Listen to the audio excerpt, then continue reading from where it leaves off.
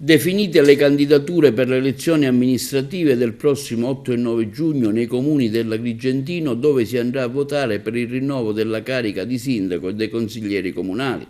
A Naro i candidati a sindaco sono tre: l'uscente Maria Grazia Brandara con la lista Maria Grazia Brandara il sindaco di Naro, Milko Dalacchi con la lista Magica Naro Milko Dalacchi sindaco e Roberto Barberi con la lista Uniti per Naro Barberi sindaco.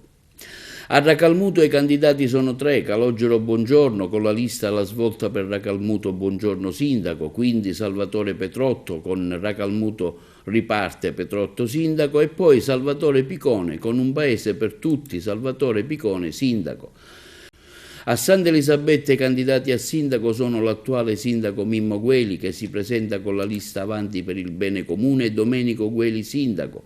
Contro Gueli è candidato l'attuale presidente del Consiglio Comunale di Santa Elisabetta, Liborio Gaziano, con la lista Orgoglio Sabettese, Liborio Gaziano sindaco. A Campobello di Licata i candidati sono già il sindaco Michele Termini, Antonio Pitruzzella, anche lui sindaco, Lillo Massimiliano Musso e Vito Terrana. Le elezioni amministrative a Caltabellotta vede candidarsi a sindaco Roberto D'Alberto con la lista Cambiamo Caltabellotta e Sant'Anna e Biagio Marciante con la lista Insieme per il Futuro Marciante sindaco.